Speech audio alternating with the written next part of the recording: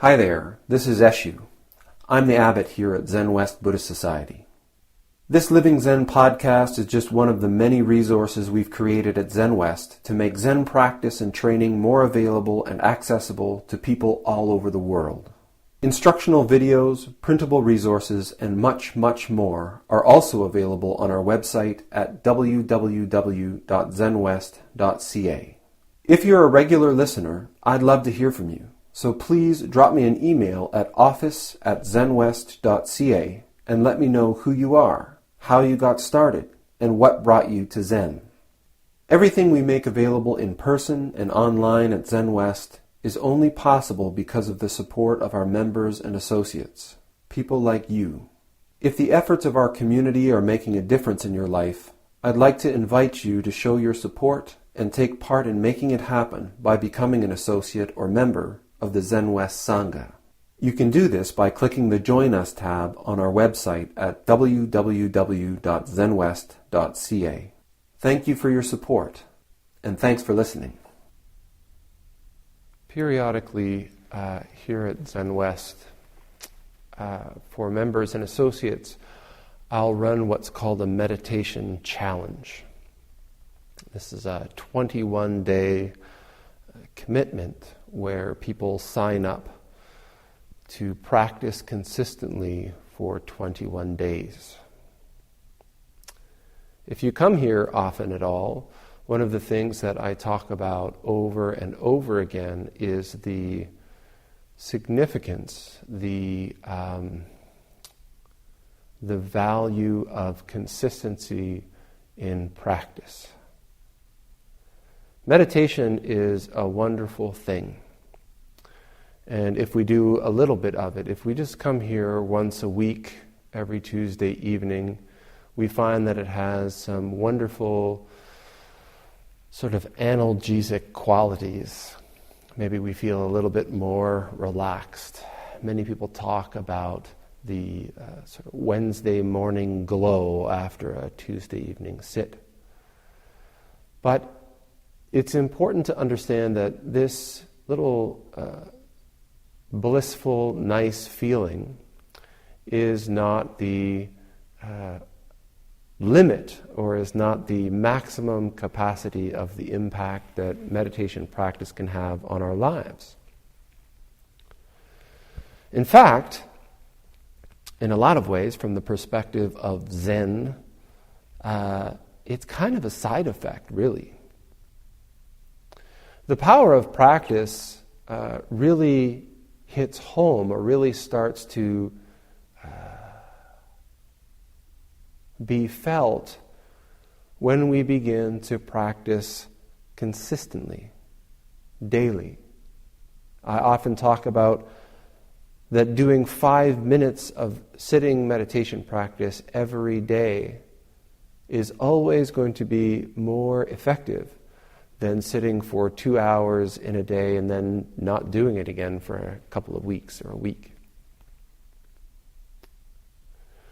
One of the things that Zazen, seated meditation, is very effective at is settling the mind. Even if we've only just started sitting, even if we've only just begun to sit, just the first couple of minutes, right away, as soon as we take up this posture, we find ourselves in a quiet room.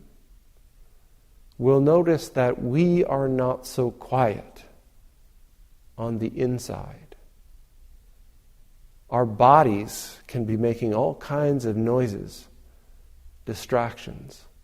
Our minds and our hearts are making all kinds of noises and distractions, making plans, worrying about things, remembering.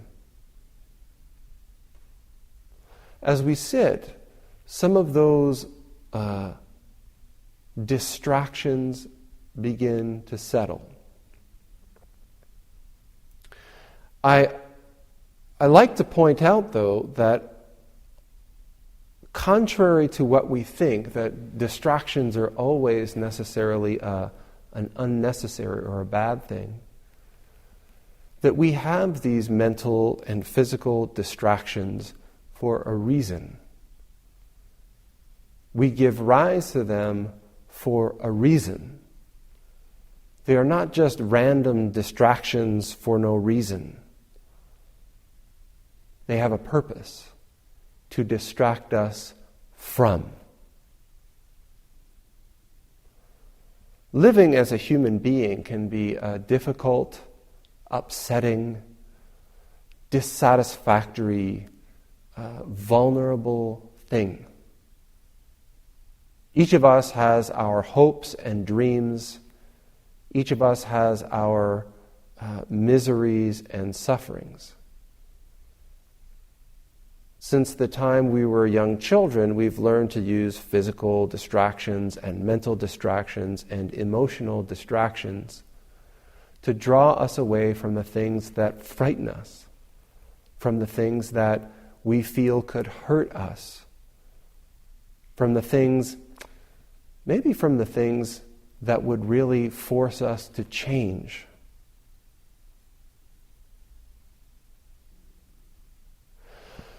As we continue to sit, particularly if we sit consistently every day, these distractions, little bit by little bit, diminish. Little bit by little bit, even the ones that sort of are persistent and continue, we begin to get some space on them. We're not completely wrapped up in them, completely engulfed by them. We can witness them.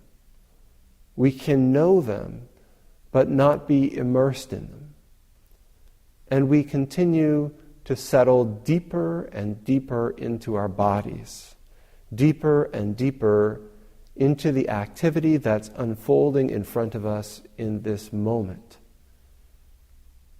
this activity of our life. It doesn't take very long engaging in this practice. If we sit for 15 minutes a day, every day, we'll find that within a matter of weeks, we begin to feel in a way that we haven't perhaps in many years. But this isn't always a pleasant thing. The distractions that we've kept ourselves entertained with, the distractions that we have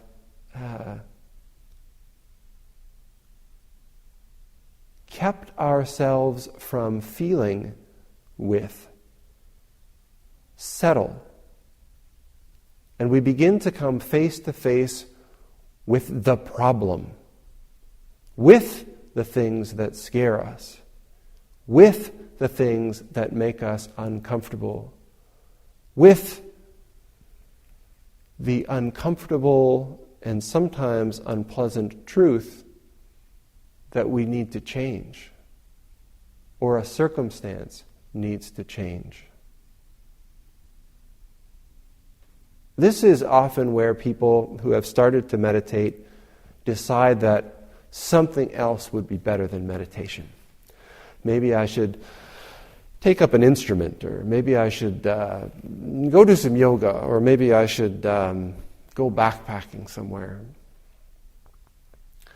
The trouble is, whether you choose to take up an instrument or whether you choose to go backpacking, no matter where you go, these uncomfortable and unpleasant truths go with you.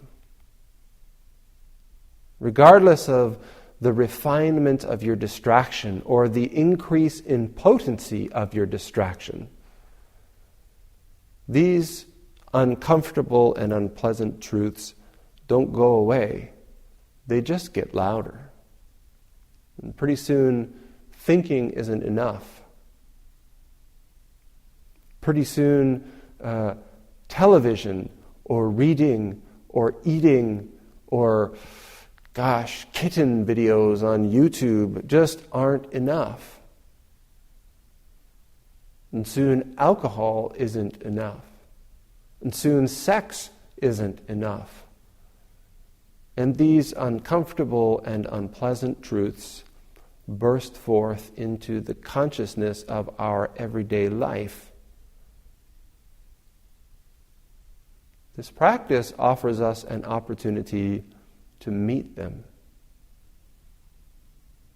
They're always with us wherever we go. As we settle the distractions, as we become more and more face-to-face with this difficult matter, we can rely, we can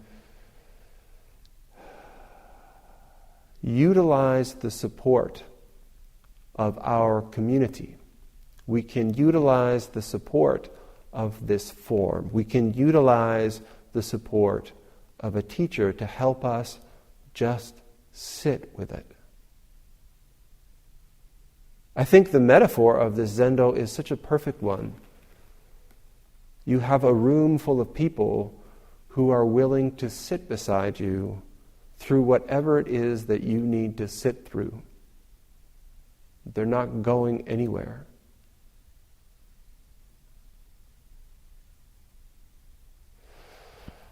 All we need to do, we don't need to dig stuff up. We don't need to go churning around to find things. All we need to do is simply sit, and these things of their own accord, at their own time, arise. Our practice in Zen is to just sit with them,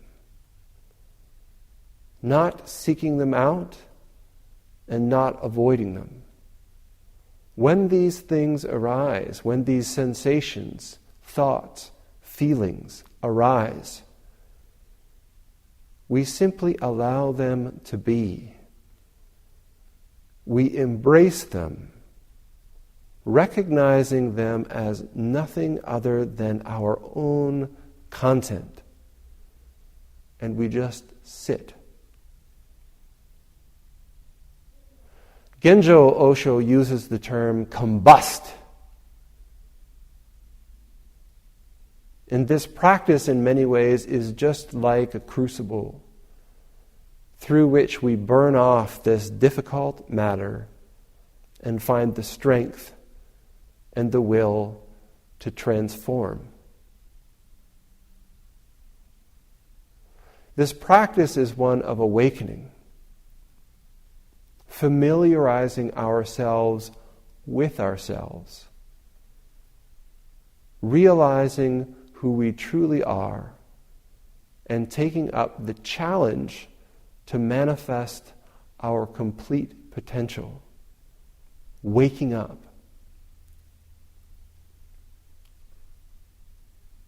We call this person on the Butsudan, on the altar here, the Buddha. And Buddha means the one who is awake. We don't bow because of some historical person in India. We bow because we recognize that each of us has the capacity to manifest our complete potential. Each of us is a Buddha. We need only wake up. Thanks for listening to the Living Zen podcast. If you follow Living Zen through iTunes, I would very much appreciate it if you would take a moment to let me know what you think about it by rating or reviewing the podcast, so that new listeners can also hear what you have to say. Thank you for your time and for your support.